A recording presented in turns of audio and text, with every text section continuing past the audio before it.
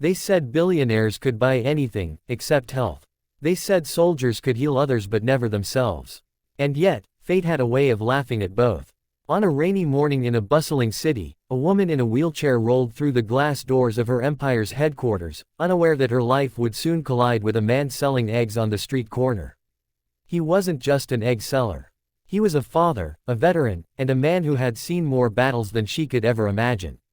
This was the day two broken souls would meet, and in their brokenness, they would find the miracle that no money and no war had ever delivered before. Stay with me, because by the end of this story, when you look back at this very moment, the billionaire CEO in a wheelchair meeting a humble egg seller, you'll understand why soldiers wept, why children smiled, and why destiny whispered a truth louder than pain itself. Eleanor Vance had it all once. Born into privilege, she carried her father's business legacy like a crown. At 32, she had become one of the youngest billionaire CEOs in the world, running an international conglomerate that touched everything from technology to fashion. She was powerful, admired, feared. But her empire had one throne she could never rise from, the wheelchair she'd been confined to since a devastating car crash 2 years ago. Her legs, once her pride as a ballet dancer in her youth, no longer obeyed her. Doctors told her she would never walk again. And though she wore confidence like armor in public, behind the tinted glass of her penthouse, she drowned in loneliness. Across the city, life was far from marble floors and boardrooms. Daniel Reed, a single father and veteran, carried crates of eggs at dawn every day. War had taken his peace, poverty had taken his comfort, and death had taken his wife. All he had left was Emma, his 7-year-old daughter with curious eyes and a smile that made even his scars soften. He sold eggs not because it was profitable, but because it was honest. And though passers-by rarely noticed the quiet man at the corner with weathered hands, his daughter thought he was the greatest hero in the world. It was on one of these rain-slick mornings that Eleanor's luxury car pulled up to a crowded market street. A protest had blocked the main road, and her driver had to detour. Annoyed, Eleanor asked for the window to be lowered, craving fresh air. That's when she saw him. The egg seller. The way he crouched low to shield his little daughter from the rain, giving her his only coat while his own shoulders soaked through. Something about that image, so simple, so raw, struck her. She couldn't look away. Emma noticed her first. "Daddy, look, the lady in the car is staring at us." Daniel turned, meeting Eleanor's eyes. His gaze wasn't filled with envy or bitterness. It was steady, dignified, almost protective. And in that fleeting moment, Eleanor felt naked. Her wealth, her wheelchair, her loneliness, all of it seemed to crumble under the gaze of a man who had nothing yet looked like he had everything that mattered. The driver moved the car forward, but Eleanor couldn't shake the image. That night, she dreamed of a soldier standing tall in the rain, and for the first time in months, her restless sleep was filled not with nightmares of her accident, but with curiosity. Who was he? Why did he haunt her so? The next morning, against her assistant's advice, Eleanor returned to that street.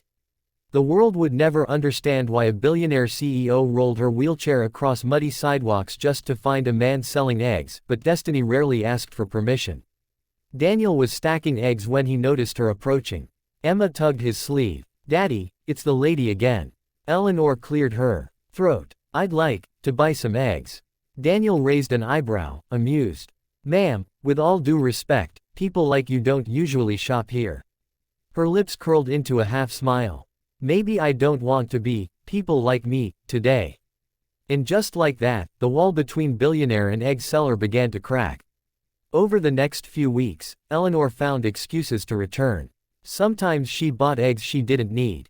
Sometimes she just asked about Emma's school. Sometimes she lingered, watching Daniel's patient hands and quiet humor. She learned he had served in the army, that he had lost friends in combat, and that he carried guilt for surviving when others didn't. She also learned that behind his rugged exterior was a man who read bedtime stories with silly voices and braided his daughter's hair every morning. Daniel, in turn, learned that beneath Eleanor's sharp CEO mask was a woman still grieving her legs, still waking up every morning to a body that betrayed her.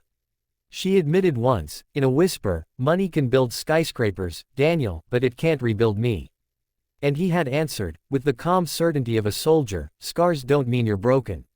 They mean you're alive." Those words, they became a spark. But life is never so simple.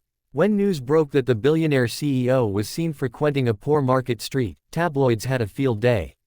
Rumors swirled. Her board of directors warned her to stay away. This man is beneath you, Eleanor. He has nothing to offer. Yet, what no one knew was that Daniel had everything to offer, just not the kind of currency they understood. He had resilience, faith, and a knowledge of healing techniques he had picked up in the military, techniques that weren't miracles, but combined with persistence, could work wonders. One afternoon, as Eleanor's wheelchair got stuck in a pothole near the market, Daniel rushed to help. As he bent down, he noticed her legs twitch slightly when he lifted them. "Wait, you can feel that?"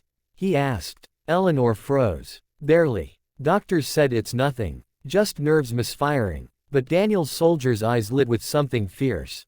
"Or maybe it's hope. Eleanor, I've seen men written off by doctors stand again because someone believed in them harder than the textbooks did. Let me try to help you. Not as a doctor, but as a man who's walked battlefields where impossible became possible."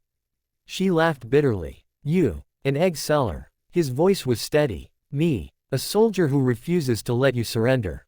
And that was the moment everything changed. In the days that followed, Daniel began